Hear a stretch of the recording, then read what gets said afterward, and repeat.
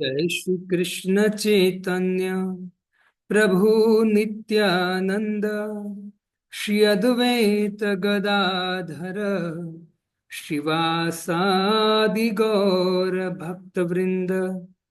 हरे कृष्णा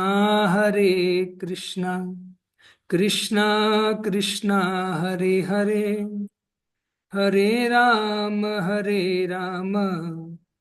राम राम हरे हरे।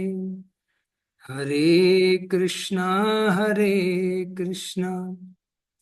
कृष्णा कृष्णा हरे हरे, हरे राम राम राम हरे हरे। हरे कृष्णा। हरे कृष्ण। श्रीमद् भागवतम स्कंद एक, अध्याय 3 और श्लोक क्रमांक 5।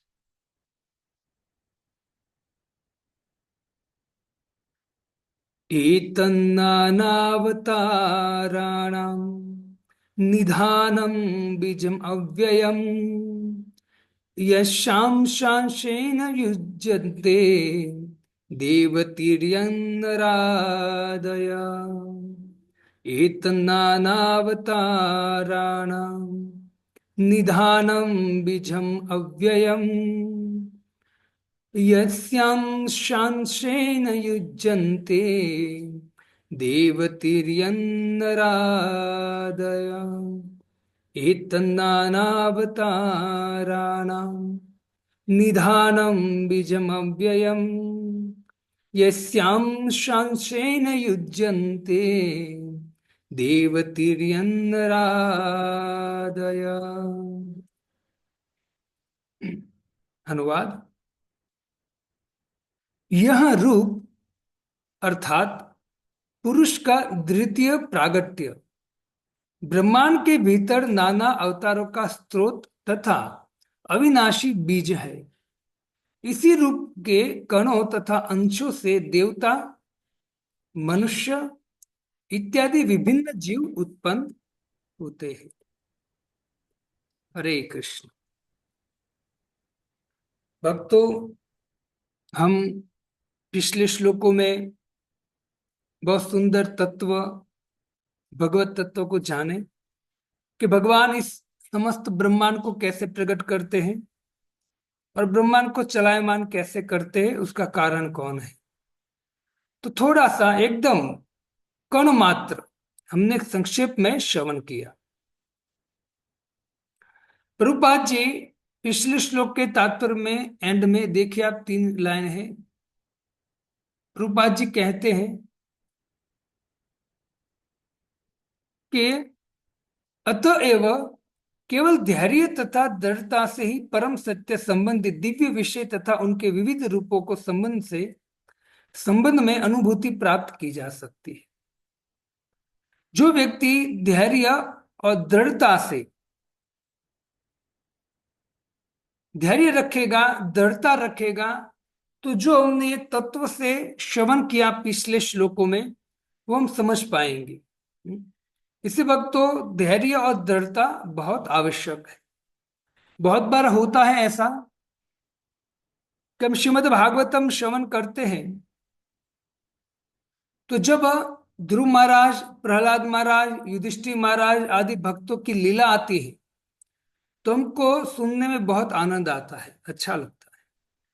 लेकिन जैसे भगवत तत्व की चर्चा होती, जैसे हमने पिछले श्लोकों में श्रवण किया, तो सृष्टि के तत्व की चर्चा आती है तो उसमें हमारी बुद्धि नहीं लगती है, हमारा मन नहीं लगता है, हमको समझ में नहीं आता है। और उसके कारण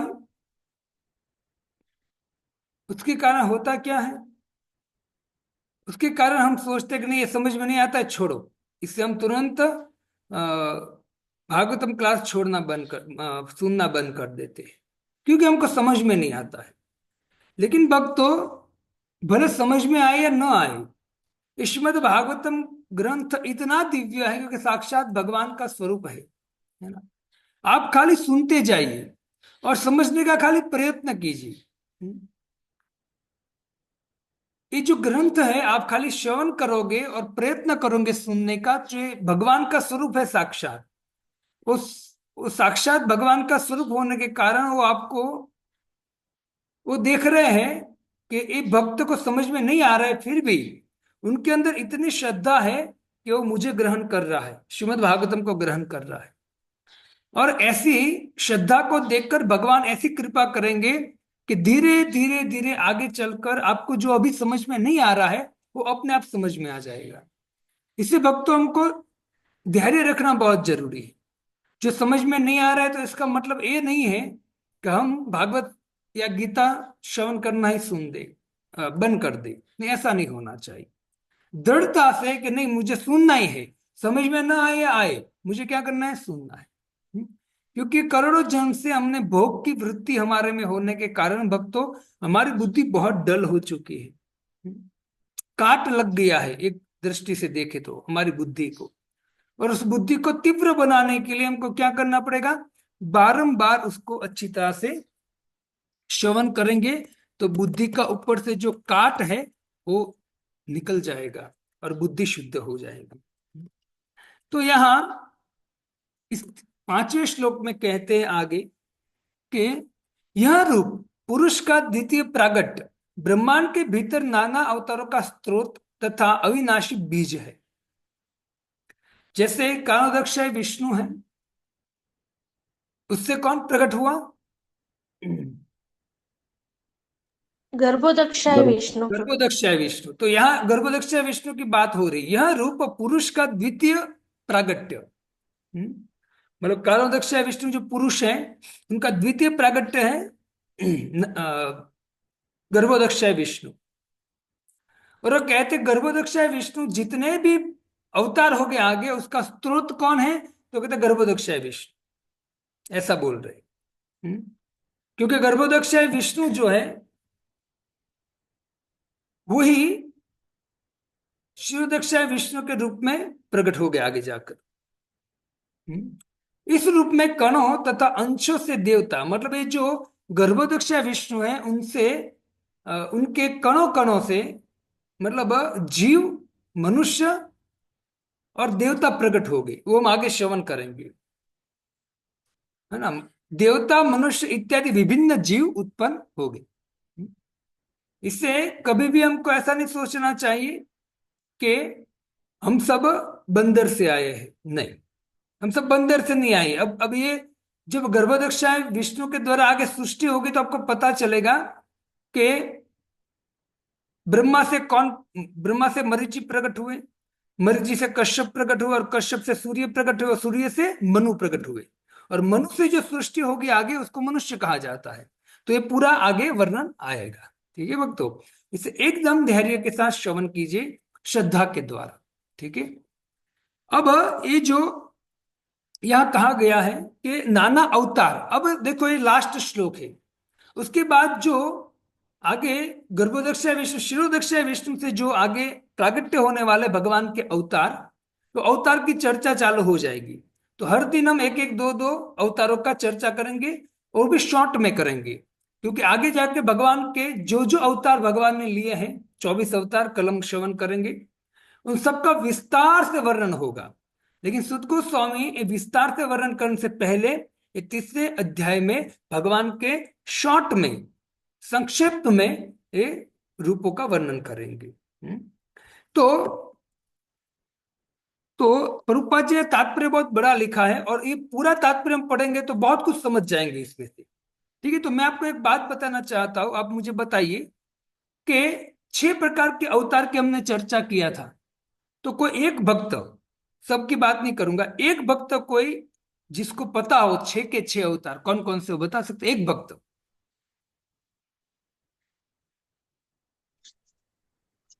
जिसको परफेक्ट पता हो, मुझे बताइए। हरे कृष्णा प्रभु जी। हाँ बोलिए। पुरुषोत्तम प्रभु जी, आपका आवाज नहीं आ गर्भोदक्षय रहा है, विष्णु और आपका नेटवर्क नहीं है, आवाज नहीं आ रहा है। हरे कृष्णा प्रभु जी, आ रहा है। हाँ बोलिए। पुरुषावतार में आएंगे कारणोदक्ष विष्णु, गर्भोदक्ष विष्णु नहीं नहीं और नहीं, मैंने ये नहीं क्षीरोदक्ष पूछा है, विष्णु। ये नहीं पूछा है मैंने, ये नहीं पूछा। 6 प्रकार के अवतार बताओ, विस्तार से नहीं बोलना अच्छा, है।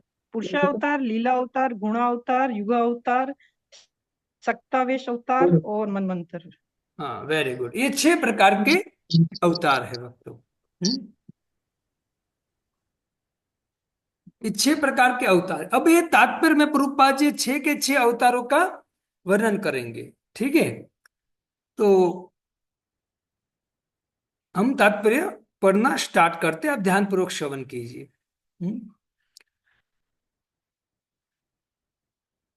ये 6 जो अवतार है, वो 6 अवतार की चर्चा प्रभुपाद जी करेंगे। तात्पर्य, महतत्व में असंख्य ब्रह्मांडों की सृष्टि कर लेने के बाद यह पुरुष इन ब्रह्मांडों में से प्रत्येक में द्वितीय पुरुष अर्थात गर्भोदक्ष विष्णु के रूप में प्रविष्ट हुए।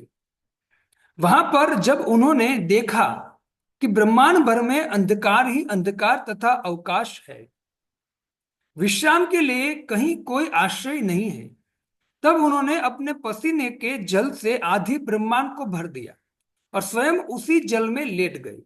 जो ब्रह्मांड है पूरा भक्तों, है ना, पूरा ब्रह्मांड है, उसमें से जो 14 लोक है वो आधे ब्रह्मांड में है भक्तों। हम जो 14 लोक में रहते हैं ना, वो आधे ब्रह्मांड में है, और आधा ब्रह्मांड जो है वो भगवान जल से भर देते हैं। उस जल के ऊपर भगवान शेषनाग के ऊपर शयन करते हैं। तो यह एक कहा गया है। यह जल गर्भोदक कहलाता है। तब उनकी नाभि से कमल अंकुरित हुए और उस फूल की पंखड़ियों पर ब्रह्मांड के प्रमुख शिल्पी ब्रह्मा का जन्म हुआ। जब भगवान उस ब्रह्मांड को आधे ब्रह्मांड को पानी से भर दिया, तो भगवान वहां शयन किए शेषनाग पर, और जैसे शयन किया तो उनके नाभि में से कमल प्रकट हुआ, कमल की नाल प्रकट हुई, और कमल पर कौन प्रकट हुआ? तो क्या ब्रह्मा जी प्रकट हुए। जो ब्रह्मा जी कौन है? तो कहते ब्रह्मांड के प्रमुख शिल्पी ब्रह्मा का जन्म हुआ। जितने भी शिल्पकार हैं संसार में, ब्रह्मांड में, उसमें प्रमुख प्रमुख कौन है? तो कहते ब्रह्मा जी प्रमुख है। ब्रह्मा जी, जैसे हम कहते हैं शिल्पी, तो एक नाम आता है, किसका नाम आता है बताइए? हरे कृष्णा प्रभु जी, मूर्तिकार का। नाम क्या है? नाम क्या है? वास्तु वास्तु भगवान। नहीं, और आगे कोई?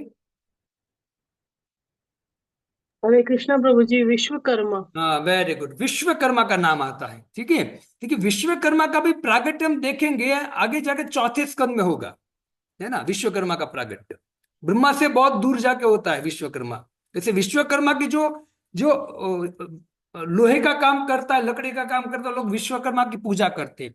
लेकिन उनको पता होना चाहिए कि विश्वकर्मा जो है वो मूल शिल्पीकार नहीं है। मूल शिल्पीकार कौन है? ब्रह्मा जी है, और ब्रह्मा जी के पिता कौन है? विष्णु है। तो ये ध्यान रखना बहुत जरूरी है। ब्रह्मांड के शिल्पी हुए और भगवान के विष्णु रूप में इस ब्रह्मांड के पालन का भार अपने ऊपर ले लिया। मतलब ये शिल्पी बना दिया ब्रह्मा को, और पालन का भार स्वयं विष्णु ने ले लिया। ब्रह्मा की उत्पत्ति प्रकृति के रजोगुण से हुई और विष्णु सत्वगुण के स्वामी बने। विष्णु समस्त गुणों से परे होने के कारण भौतिक प्रभावों से सदा अलग रहते हैं। देखो भक्तों, अब ये कौन से अवतार आ गए? ये जो हम वर्णन करते हो, बताइए।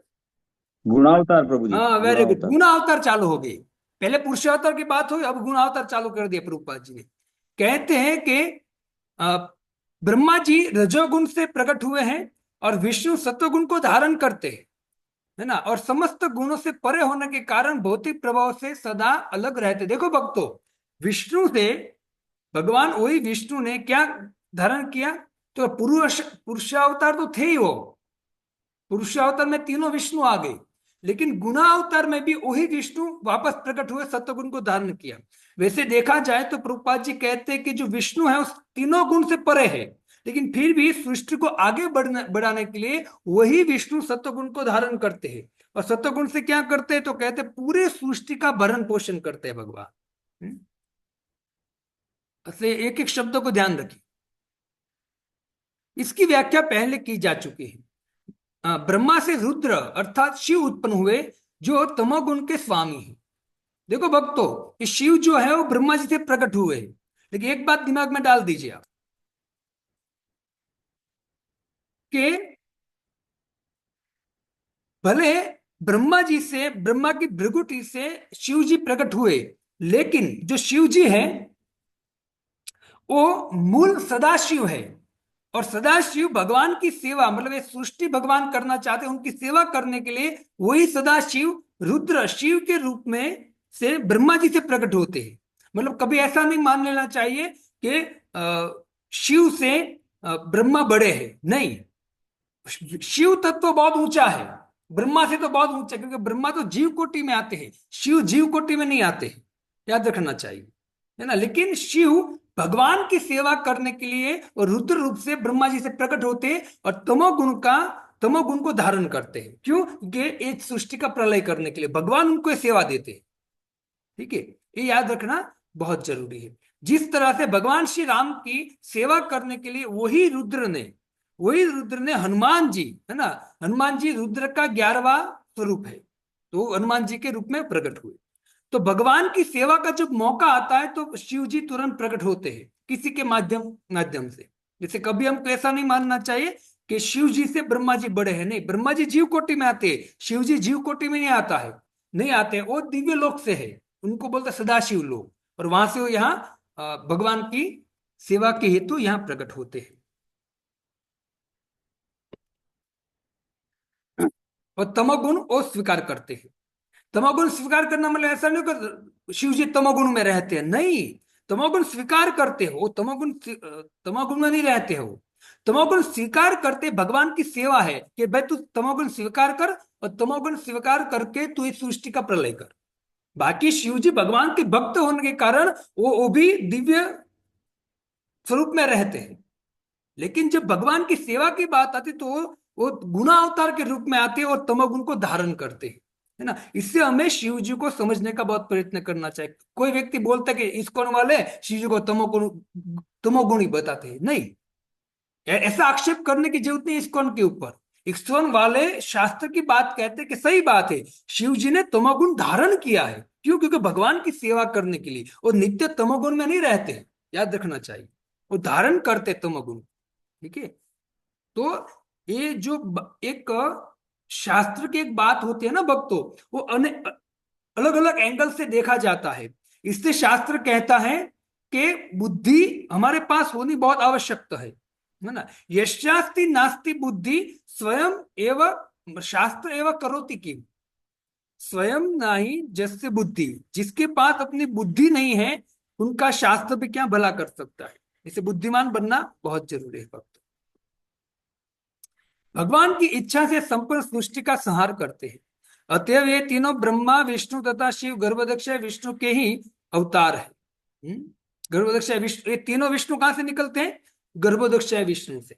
ठीक है, तो ये जो विष्णु है वो कौन से है? शिरोदक्ष विष्णु जिसको बोलते हैं। ब्रह्मा से दक्ष, मरीचि, मनु आदि अनेक देवता अवतरित हुए। ब्रह्मा से कौन कौन प्रकट हुआ? दक्ष, मरीचि, मनु आदि अवतार प्रकट हुए हो, जिन्होंने ब्रह्मांड में जीवों का जनन किया। अब ये पूरा वर्णन आगे 8वें 9वें स्कंद में आएगा भक्त, और दूसरे स्कंद में भी आएगा। वेदों में इस गर्भदक्ष विष्णु की स्तुति गर्भस्तुति के स्तोत्र से रूप में की जाती है, जिसका प्रारंभ हजारों शिरों आदि वाले भगवान के वर्णन से होता है। गर्भदक्ष विष्णु ब्रह्मांड के स्वामी है, और यद्यपि वे इस ब्रह्मांड के भीतर शयन करते प्रतीत होते हैं, किंतु वे सदैव दिव्य है। इसकी भी व्याख्या की जा चुकी है। वो भी ये भौतिक ब्रह्मांड में प्रवेश करते गर्भदक्ष विष्णु, लेकिन याद रखना चाहे वो कभी ये भौतिक चीज से लिप्त नहीं होते, वो दिव्य है। इसकी भी व्याख्या की जा चुकी है। विष्णु जो कि गर्भदक्ष विष्णु के पूर्ण अंश है, विश्वभर के जीवों के परमात्मा है। अब ये कौन से विष्णु की बात आ गई? क्षीरोदक्षाई क्षीरोदक्षाय विष्णु, जो गर्भदक्षाय विष्णु से प्रकट होते हैं। और वो सबके क्या बनते? परमात्मा बनते सबके हृदय में। जो सबके हृदय में वो क्षीरोदक्षाय विष्णु है, याद रखना चाहिए। और वे ब्रह्मांड के पालनकर्ता या क्षीरोदक्षाय विष्णु कहलाते हैं। इस प्रकार मूल पुरुष के 3 रूप जाने जाते हैं। इस ब्रह्मांड के भीतर जितने भी अवतार है वे इसी क्षीरोदक्षाय विष्णु से उद्भूत होते हैं। देखिए भक्त, जितने भी अवतार है, चाहे वामन हो, नरसिंह हो या परशुराम, कोई भी अवतार है, वो कहां से प्रकट होते हैं? क्षीरोदक्षाय विष्णु से प्रकट होते। मतलब भगवान क्षीरोदक्षाय विष्णु के माध्यम से प्रकट होते हैं जितने भी अवतार है। लेकिन स्वयं भगवान की बात नहीं आती है भक्त, याद रखना। स्वयं जब कृष्ण प्रकट होते हैं तो किसी को माध्यम नहीं बनाते। जब भगवान श्री कृष्ण प्रकट होने वाले थे, ब्रह्मा जी आदि सब देवता वहां गए कि प्रभु आप कृपा कीजिए, क्योंकि गाय के रूप में पृथ्वी आई थी कि आतंक मचा रहे हैं दुष्ट सब। तब क्षीरोदक्षाय विष्णु कहते हैं कि भगवान अपने पूर्ण अंश से देवकी के गर्भ में आएंगे, आप थोड़ा वेट कीजिए। तो किसने कहा? क्षीरोदक्षाय विष्णु। ऐसा नहीं कहा कि मैं प्रकट होऊंगा, ऐसा नहीं बोला उसने। उस समय क्या कहा कि भगवान पूर्ण अंशों के साथ स्वयं भगवान कृष्ण प्रकट हो गए, है ना। तो याद रखना चाहिए, जितने भी अवतार है, देखो क्षीरोदक्षाय विष्णु और भगवान में कोई अंतर नहीं, वो भगवान ही है। लेकिन जब पूर्ण अंश के रूप में आने वाले होते हैं तब क्षीरोदक्षाय विष्णु खुद बोलते हैं कि भगवान पूर्ण अंश के द्वारा देवकी के गर्भ से प्रकट हो गए। इस समझना चाहिए कि क्षीरोदक्षाय विष्णु के अंदर से क्षीरोदक्षाय विष्णु ही समस्त अवतार के रूप में प्रकट होते हैं। विभिन्न युगों में भिन्न भिन्न असंख्य अवतार होते रहते हैं, किंतु इसमें से कुछ अत्यंत प्रमुख है, यथा मत्स्य अवतार, कुर्म अवतार, वराह अवतार, राम अवतार, नरसिंह अवतार, वामन अवतार तथा अनेक दूसरे अवतार। ये अवतार लीला अवतार कहलाते हैं। अब कौन से अवतार आ गए भक्तों? लीला लीला अवतार। अवतार। लीला अवतार की बात अब हो रही है। ठीक है, तो तीसरा है ये। इसके अतिरिक्त गुणावतार भी होते हैं। यह ब्रह्मा, विष्णु तथा शिव या रुद्र जो प्रकृति के विभिन्न गुणों के लिए उत्तरदायी है। भगवान विष्णु परमेश्वर से अभिन्न है। मतलब विष्णु और कृष्ण का अंतर नहीं होगा। कृष्ण ही धीरे आगे अपना विस्तार करके विष्णु के रूप में आगे सृष्टि बढ़ाते हैं। शिव जी परमेश्वर तथा जीवों के बीच की स्थिति में है। शिव जी की स्थिति में, बीच की स्थिति में। अब ये समझ लीजिए, मैं आपको दूसरी बार बताता हूं कि शिव जी जो है वो भगवान के राइट साइड से बलराम जी प्रकट हुए, उनसे संकर्षण प्रकट हुए, संकर्षण से नारायण और सदाशिव दोनों प्रकट हुए। ठीक है, और फिर शिव जी से और नारायण से फिर आगे सृष्टि हुई।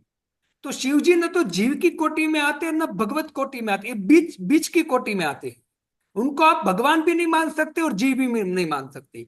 इसे आप देखिए, दूसरे नाम अपराध में क्या लिखा है? शिव ब्रह्मा आदि देवों के नाम को भगवान के नाम के समान अथवा तो स्वतंत्र समझ लो। शिव जी को भगवान भी नहीं बोला जाता, क्योंकि क्षीरम यथा दधि विकार विशेष योगा संजायते नहीं तत्प्रतिगस्ति हेतो ये शंभुता महितत समुपेति कार्यात् गोविंदमादि पुरुषम तमः भजा। अब दूध से दही बन गया है, भगवान से शिव जी प्रकट हो गए हैं। अब वो दूध, अब दही दूध नहीं बन सकता है। ठीक है, वो एक जान लेना चाहिए। दूसरा कि शिव जी जो है वो भले ब्रह्मा जी से प्रकट हुए हैं, लेकिन वो जीव कोटि में नहीं आएंगे। वो शिव जी की जो अवस्था है वो सदाशिव है, मतलब वो दिव्य लोक में आते हैं। तो इसको समझना, छोटी सी बात है, बहुत समझना जरूरी है इसको। ठीक है, तो न तो शिव जीव है और न शिव भगवत कोटि में आते हैं, है ना। लेकिन भगवान से वो अलग भी नहीं है, क्योंकि भगवान ने उनको प्रकट किया है, शिव जी को, जो उसको बोलते हैं सदाशिव। और यहाँ जो प्रकट होता है उसको रुद्र बोला जाता है, खाली शिव बोला जाता है, अनेक नाम है। लेकिन सदाशिव किसको कहते हैं? सदाशिव अपने धाम में, जो दिव्य धाम में उनका एक लोक है, सदाशिव लोक, वहां रहते हैं। ठीक है, कभी मैं चार्ट आपको दिखाऊंगा, वो चार्ट में पूरा आपको समझ में आ जाएगा। और ब्रह्मा सदैव जीव तत्व होते हैं। जो सर्वोच्च पुण्यात्मा जीव या भगवत भक्त है, भगवान द्वारा उसको सृष्टि करने की शक्ति प्रदान की जाती है और वह ब्रह्मा कहलाते हैं। उसकी शक्ति सूर्य जैसी है, जो मणिक्यों द्वारा प्रतिबिंबित होती रहती है। जब ब्रह्मा का स्थान ग्रहण करने के लायक कोई जीव नहीं होता तो भगवान स्वयं ब्रह्मा बनकर इन कार्य भार को ग्रहण करते हैं। ठीक है, ब्रह्मा ब्रह्मा का पद धारण करने के लिए कोई लायक नहीं होता है, तब कौन बनता है? स्वयं भगवान बनते हैं। तो ब्रह्मा का पद प्राप्त करने के लिए कौन सी योग्यता चाहिए, बताइए।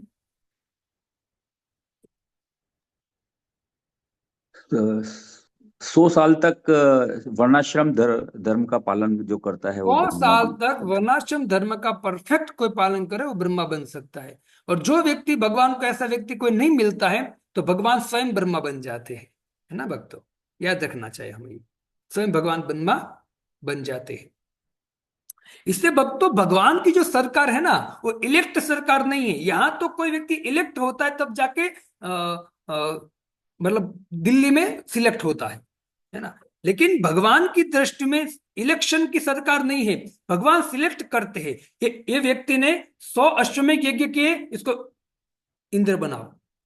ये व्यक्ति ने, ये जीव ने 100 साल तक वर्णाश्रम का परफेक्ट पालन किया, इसको ब्रह्मा बना दो।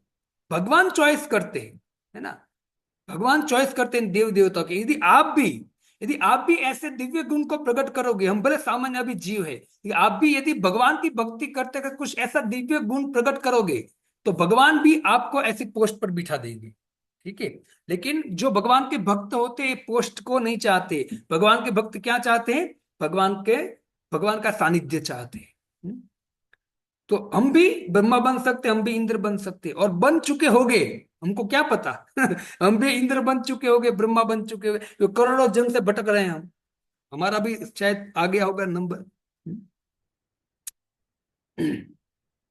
शिव जी कोई सामान्य जीव नहीं है, वे भगवान के पूर्णांश है। लेकिन भौतिक प्रकृति के प्रत्यक्ष संसर्ग में रहने के कारण उन्हें विष्णु जैसा दिव्य स्थान प्राप्त है। उसमें दूध तथा दही जैसा अंतर है।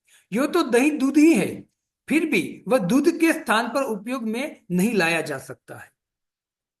समझ में आ गया मेरी बात? ये जो प्रभुपाद जी बता रहे हो, मैंने समझा दिया है आपको। जी प्रभु जी। हाँ, इसके बाद मनुओं के अवतार आते हैं। मनुओं का अवतार का अर्थ क्या है?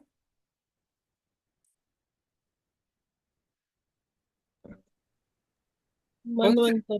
मनवंतर अवतार। ठीक है, अब सुनिए ध्यान से। ब्रह्मा के जीवन के एक दिन हमारे 100 वर्ष की गणना के अनुसार 43 लाख गुना 1000 वर्ष में 14 मनु होते हैं। इन प्रकार ब्रह्मा के एक मास में, मतलब ब्रह्मा जी के एक दिन में 14 मनु होते हैं। एक मनु की अवधि कितनी होती है, बताइए कोई? बोईतर चतुर्युग प्रभु जी। 71 चतुर्युगी। ठीक है, और इंटू 14 करोगे तो 14 जब मनवंतर खत्म हो जाते हैं तब ब्रह्मा जी का एक दिन होता है। तो ऐसे ही एक महीने में, ब्रह्मा जी के एक महीने में 420 मनु चेंज हो जाते हैं, और ब्रह्मा जी के एक वर्ष में 5040 मनु चेंज हो जाते हैं। विचार कीजिए कितना बड़ा आयुष्य है ब्रह्मा जी का। ब्रह्मा की आयु 100 वर्ष की है, अतः ब्रह्मा के जीवन में 5040 गुना 100 या अथवा मतलब 5,04,000 मनु होते हैं। ब्रह्मा जी का 100 साल जब खत्म होता है तो 5,04,000 मनु चेंज हो जाते हैं, और एक एक मनु की अवधि होती है 71 चतुर्युगी, है ना। विचार कीजिए आप। और एक चतुर्युगी मतलब 43,20,000 वर्ष। कितना बड़ा आयुष्य है। ब्रह्मांडों की संख्या अनगिनत है, और इसमें से प्रत्येक में एक एक ब्रह्मा होते हैं, और ये सब पुरुष के श्वास लेने और छोड़ने जितने समय में उत्पन्न तथा विनष्ट हो जाते हैं। भक्तों, समझ में आया किसी को? मुझे बताए तो, समझाए तो। जी प्रभु जी। जी प्रभु। बताइए, कोई बताइए। हरे कृष्णा प्रभु प्रभु जी, जी। एक चतुर्युग में यानी चारों युग का 73,20,000 वर्ष होते हैं। ऐसे 71 चतुर्युग मिला करके एक मनु बनता है, नहीं और नहीं, ब्रह्मा जी इतना का पूरा एक दिन इतना और नहीं एक पूछा रात है। ये नहीं पूछा है मैंने ये नहीं पूछा, आप प्रश्न नहीं समझे हरे मेरे। कृष्णा प्रभु जी। हरे कृष्ण। आप बोलिए। हरे कृष्णा प्रभु। प्रभु जी, हम जो श्वास लेते हैं और छोड़ते हैं, उसके अंदर जो भी ये ब्रह्मा जी के जितने भी साल हैं, मनुओं के हैं, वो पूरे के पूरे कंप्लीट हो जाते हैं। मतलब ये कहना चाहते हैं कि ब्रह्मा जी का इतना बड़ा आयुष्य है, लेकिन जब भगवान एक श्वास लेते हैं ना, है ना, तो ऐसे अनेक ब्रह्मा उनके श्वास के द्वारा निकल जाते हैं, है ना। तो ब्रह्मा जी का इतना बड़ा आयुष्य और भगवान का एक श्वास, तो ये मैं पूछना चाहता था, ये यहाँ लिखा है वो, ठीक है। अतएव कल्पना की जा सकती है कि पुरुष के एक श्वास काल में कितने लाखों मनु हो गए। विचार कीजिए भगवान की स्थिति क्या होगी, हम सोच भी नहीं सकते हैं, है ना। ब्रह्मा की स्थिति देखते, ब्रह्मा की आयुष्य देखकर हमको ओह लगता, अरे बाप रे इतना जिए। अभी तो कोई व्यक्ति 100 साल जिए ना, तो भी हमको आश्चर्य होता है, अरे बाप रे 100 साल जिए, है ना। होता है कि नहीं, आया ना। जी प्रभु जी जी। प्रभु जी। विचार कीजिए, तो ब्रह्मा जी की इतनी बड़ी आयुष्य, तो हमको ओह बाप रे। और ब्रह्मा जी भी ऐसे अनेक ब्रह्मा चले जाते हैं जब भगवान एक श्वास लेते हैं, है ना। तो सोचे भगवान की स्थिति क्या होगी। तो श्रद्धा के द्वारा हम भगवान को समझ सकते हैं भक्तों। तो तात्पर्य बहुत बड़ा है, मैं फिर भी एक एक पैराग्राफ पढ़ूंगा। इस ब्रह्मांड के प्रमुख मनु इस प्रकार है। स्वयंभू मनु के रूप में यज्ञ, स्वारोचित मनु के रूप में विभु, उत्तम मनु के रूप में सत्यसेन, तामस मनु के रूप में हरि, रेवत मनु के रूप में वैकुंठ, ये भगवान ने अवतार लिए थे मनवंतर में। चाक्षुष मनु के रूप में अजित, विवस्वत मनु के रूप में वामन, वर्तमान युग में विवस्वत मनु चल रहा है। सावनी मनु के रूप में सार्वभौम, दक्ष सावनी के रूप में ऋषभ, ब्रह्म सावनी के रूप में विश्वक्सेन, धर्म सावनी के रूप में मनु के रूप में धर्म सेतु, रुद्र सावनी मनु के रूप में सुदामा, देव सावनी मनु के रूप में योगेश्वर और इंद्र सावनी मनु के रूप में बृहदभानु। ये 14 मनु के एक एक समुच्चय के नाम है, जो 4 अरब 30 करोड़ वर्ष का काल पूरा करते हैं। तो ये मनमंत्र 7वां मनमंत्र चल रहा है, तब ये वामन अवतार हुआ। अब इसके बाद जितने मनमंत्र आएंगे, वो मनमंत्र में कौन कौन से भगवान अवतार लेने वाले वो भी लिखा है। अब जब एक क्लास खत्म हो जाए तो खुद पढ़ सकते, जिसके पास श्रीमद् भागवतम हो, ठीक है। तो सब कुछ लिखा हुआ है कि भगवान अब आगे जितने मनमंत्र आएंगे उस मनमंत्र में कौन से अवतार लेने वाले हैं। फिर युगावतार भी होते हैं। युगों के नाम है सतयुग, त्रेतायुग, द्वापर तथा कलयुग। प्रत्येक युग में अवतारों का रंग भिन्न भिन्न होता है। ये रंग है श्वेत, लाल, काला, पीला। द्वापर युग में भगवान कृष्ण काले रंग में प्रकट हुए और कलयुग में चैतन्य महाप्रभु पीले रंग में प्रकट हुए। इस तरह से भक्तों, इस लास्ट पैराग्राफ पढ़ूंगा मैं। प्रत्यक्ष अवतारों के अतिरिक्त असंख्य 27 अवतार होते हैं, इसका भी प्रामाणिक शास्त्रों में उल्लेख रहता है। ऐसे अवतारों को प्रत्यक्ष तथा अप्रत्यक्ष दोनों प्रकार से शक्ति प्राप्त रहते हैं। जब उन्हें प्रत्यक्ष शक्ति मिली है तो वे अवतार कहलाते हैं, किंतु जब उन्हें अप्रत्यक्ष शक्ति मिलती है तब वे विभूतियां कहलाती है। प्रत्यक्ष शक्तावेश अवतार में कुमारगण, नारद, पृथु, शेष, अनंत आदि है। जहां तक विभूतियों का संबंध है, इसका स्पष्ट वर्णन भगवद गीता में विभूति योग अध्याय में हुआ है। ऐसे समस्त प्रकार के अवतारों के स्रोत गर्भोदक्षाय विष्णु है। भक्तों, वास्तव में ये जो मैंने तात्पर्य पढ़ा है वो आपको पता होगा कि ऑलरेडी मैं चर्चा बहुत बार कर चुका आपके सामने 6 अवतारों के, पुरुष अवतारों के विषय में। लेकिन मैंने फिर भी आपके सामने तात्पर्य पढ़ा, इसका कारण यह है कि जो 24 अवतार की अब हम चर्चा करने वाले हैं कल से, तो मैं आपको आगे जाके पूछूंगा कि ये अवतार की चर्चा हो रही है तो ये अवतार किस कोटि में आता है, तो आपको मुझे जवाब देना है, ठीक है। इसे मैंने आपको पूरा तात्पर्य पढ़ा और उसके समझाने का प्रयत्न किया। तो अब भगवान 24 अवतारों का वर्णन करेंगे। तो 24 अवतार मैं पहले आपको गिनाऊंगा कल, 24 से 24 अवतार, और फिर एक के बाद एक की हम श्रवण करेंगे। तो मैं ट्राई करूंगा कि डेली 2-2 अवतार का हम श्रवण कर, 2-2 श्लोक का श्रवण करेंगे, क्योंकि ये संक्षिप्त में अवतारों के वर्णन हुआ है, ठीक है। और आगे जाके तो हम विस्तार से श्रवण करने ही वाले हैं, ठीक है। तो कल हम लेंगे 6ठा श्लोक और भगवान के 24 अवतार। देखो भक्तों, भगवान के खाली 24 अवतार नहीं, भगवान के अवतार है, भागवतम कहते हैं जैसे नदियां बहती है, इतने अवतार है भगवान के। लेकिन मुख्य अवतार में 24 अवतारों का वर्णन किया गया है भागवतम में। और जयदेव गोस्वामी ने उस 24 अवतारों में से भी 10 अवतार को और मुख्य बताया गया है ना, जिसको बोलते दोष 10 अवतार, दशावतार स्तोत्र, है ना, जो हम गाते, जो जगन्नाथ जी के सामने गाया जाता है, जगन्नाथ जी को बहुत प्रिय है। ठीक है, तो कल पुनः मिलेंगे भक्तों, और ये 6 नंबर का श्लोक हम उच्चारण करेंगे और भगवान के पहले अवतारों का वर्णन करते हुए हम आगे बढ़ेंगे। ठीक है, तो मैं यही अपनी वाणी को विराम देता हूँ। तो मैं जो आपको हम आप जो सुन रहे हो, तो ऐसा तो नहीं है ना कि मैं स्पीड से बोल रहा हूं, आपको समझ में नहीं आ रहा है, ऐसा कुछ नहीं है ना? ऐसा हो तो मुझे बता सकते हैं आप। नहीं प्रभु जी, नहीं नहीं समझ प्रभु में जी, आ नहीं। रहा हाँ, आ रहा स्पष्ट है। बढ़िया आप, समझ रहे हाँ, हैं। स्पष्ट आपको समझ में तो आ रहा है ना? हाँ हाँ प्रभु जी। ठीक है, ठीक है, ओके, चलो। जी प्रभु तो जी। कल मिलेंगे और कल अवतारों का पहला श्लोक ग्रहण करेंगे। ठीक है, तब तक के लिए इसी भक्ति वेदांत स्वामी शिल प्रभुपाद की, पाद की जय जय हो। जय श्रीमद् भागवतम की जय। जय